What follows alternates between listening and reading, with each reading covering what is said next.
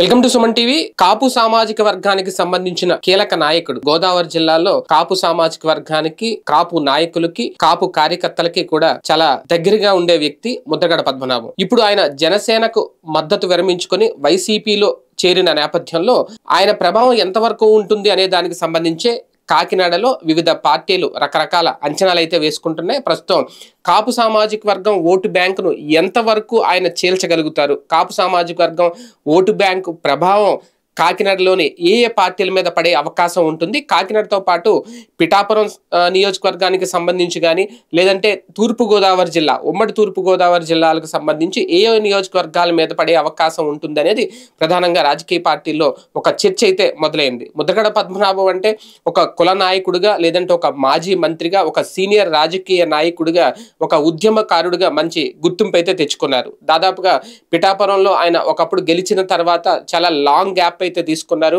మళ్ళీ ఇప్పుడు ఆయన ప్రత్యక్ష రాజకీయాల్లోకి రాబోతున్నారు. అయితే వైసీపీ తరపు నుంచి సీటు తీసుకొని బరిలోకి దిగుతారా, లేదంటే వైసీపీకి ఆయన వెనకుండి తన అండదండలతో పాటు తన మద్దతు తెలిపి వైసీపీని గెలిపించడానికి ప్రచారం మాత్రమే చేస్తారా అనేది ఒక క్లారిటీ రావాల్సిన అవసరం ఉంది. ఎందుకంటే ఆయన తాజాగా చేసిన వ్యాఖ్యలు ఖచ్చితంగా ప్రచారం అయితే చేస్తారు, ఎటువంటి పదవులు అయితే ఆయన ఆశించట్లేదు, ఇది ఓపెన్ గానే చెప్పారు. ఆయన కానీ ఆయన కుమారుడు కానీ వైసీపీలో చేరతారు అంతే తప్ప ఒకవేళ అధిష్టానం, వైసీపీ అధిష్టానం పదవులు ఇస్తే తీసుకుంటారు, సీట్లు ఇచ్చినా తీసుకుంటారు, ఒకవేళ జగన్మోహన్ రెడ్డి గారు బరిలోకి దిగమంటే దిగుతారు. కానీ అల్టిమేట్గా వాళ్ళ టార్గెట్ ఏంటి అంటే ప్రత్యర్థి కూటమైన వైసీపీకి ప్రత్యర్థి కూటమైన జనసేన, తెలుగుదేశం పార్టీ, బీజేపీకి గట్టి దెబ్బ కొట్టాలి అనేది. ఇక్కడ కాపు సామాజిక వర్గ బలం మాత్రమే ముద్రగడ పద్మనాభంతో కలిస్తే ఖచ్చితంగా అది వైసీపీకి ఫెచ్చింగ్ అవుతుంది అనేది వైసీపీ ఆలోచిస్తుంది.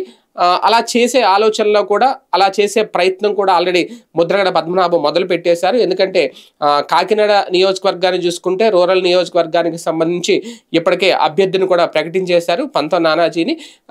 ఆయనకి ఇప్పుడు ఎంతవరకు కాపు సామాజిక వర్గ మద్దతు ఆయన కోల్పోతారు ముద్రగడ పద్మనాభం ప్రభావంతో. అలాగే పిఠాపురం నియోజకవర్గానికి సంబంధించి కూడా ఆయనే బరిలోకి దిగుతారా, లేదు పవన్ కళ్యాణ్ అక్కడ బరిలోకి దిగితే పవన్ కళ్యాణ్ గారి మీద ఆల్రెడీ వైసీపీ నుంచి వంగా గీత వైసీపీ అభ్యర్థిగా ఉన్నారు కాబట్టి, ఇన్ఛార్జిగా ఉన్నారు కాబట్టి ఆమెనే కంటిన్యూ చేస్తే, ఆమెకు ముద్రగడ పద్మనాభం సపోర్ట్ చేస్తే ఖచ్చితంగా జనసేన లేదంటే టీడీపీ ఉమ్మడి అభ్యర్థి ఎవరైతే ఉంటారో వాళ్ళని ఓడించడానికి వీలవుతుందా? ఎందుకంటే ఒకవేళ అక్కడ తెలుగుదేశం పార్టీ ఖచ్చితంగా సీట్ కావాలని కోరుకుంటుంది, వర్మకు సీట్ అడుగుతున్నారు.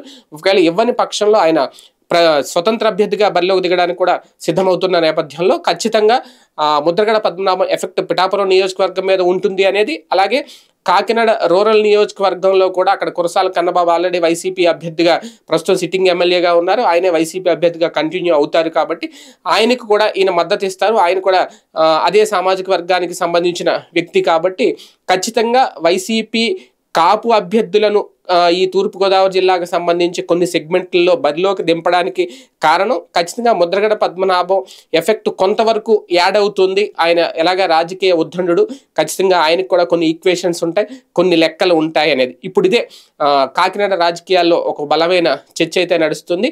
ఆయన ఎంట్రీ తర్వాత వైసీపీలోకి ఆయన అడుగు పెట్టేసిన తర్వాత ఆయన తీసుకోబోయే నిర్ణయాలు, ఆయన చేసే ప్రకటనలు, లేదు ఒకవేళ ఆయనకి ఇమీడియట్గా సీట్ ఇచ్చి కనుక బరిలోకి దింపితే తర్వాత ఆయన ఎఫెక్ట్ ఎలా ఉంటుంది, ఆయన ప్రభావం ఎలా ఉంటుంది అనేది మరికొద్ది గంటల్లో తేలిపోబోతోంది.